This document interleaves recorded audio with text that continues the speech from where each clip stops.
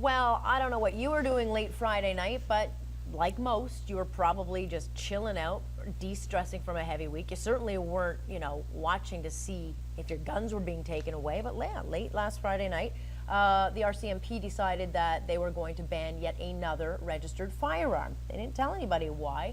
So a lot of people are asking the question, are they doing this on their own? Who's directing this initiative? And are there more guns that are going to be listed? Let's bring in our Faith Goldie, because I know you follow this issue very closely. What is going on?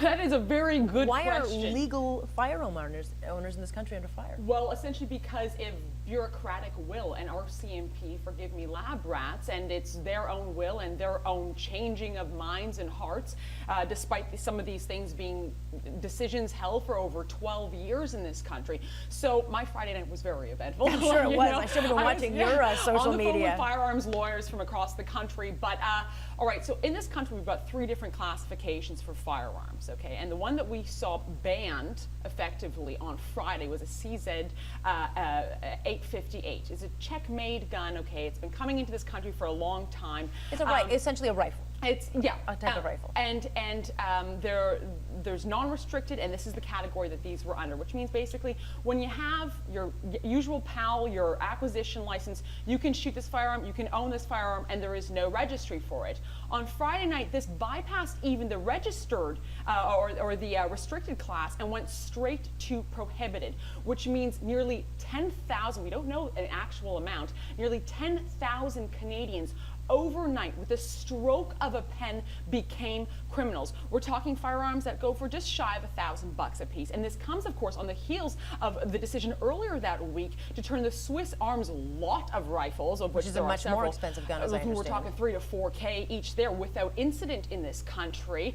The 2,000 firearm owners there also turned into paperwork criminals overnight. Alex, I've been following this story. I've been having my ears to the ground since June, and finally RCMP is acting, and they're acting quickly. We heard from Public Safety Minister Blaney saying that he's basically shocked, appalled, but we're still waiting for action, and that means these people aren't even being guaranteed compensation. Alex, could you imagine tomorrow a $3,000 to $4,000 item that you own? The government says you can't have that anymore. We're not going to pay you back. So how does this work? Do they have a grace period? Do they have to go in and turn their guns in to the how does this work? Very good question. If they don't turn their guns in, they're looking up to 3 years behind bars. But we don't have a registry. This is not a call to get the registry back in, but we don't have an itemized list. So what are we going to do? We're going to go to retailers, get receipts. Like, this is totally draconian. And the question of what comes next is a very good one. We're all waiting. Firearms community, us here in the media, are waiting to hear from the government. And hell, even I don't think a lot of RCMP. people in the media care. I think certain media will care and represent legal gun owners. Well, I'll tell you, the politicians should care. This is meat and potato issues for conservatives. We already had the High River gun grab happen, earlier last year. What is the Harper government doing for gun owners? Look, I don't know anything about guns, so I think I come at it from a completely different position. I'm a little bit, I come from the outsiders. But you look at the situation in High River, it just seems like the RCMP is all of a sudden on this mission to start essentially breaking the laws, to rewrite the laws how they want them. That's how I look at it, because these are legal gun owners, and the cops are going around the laws to rewrite them. What's Harper going to do? Well, he should take his job back. It is his job as a politician to legislate. It is the RCMP's job to enforce those laws, not to willy-nilly use their lab reports, which are then treated as de facto law, out on the streets and basically usurp power in some bureaucratic fiat move. Let me ask you this. Is this the RCMP response to the gun registry being dismantled? Is this their way to say, in your face, Harper? I don't want to speculate.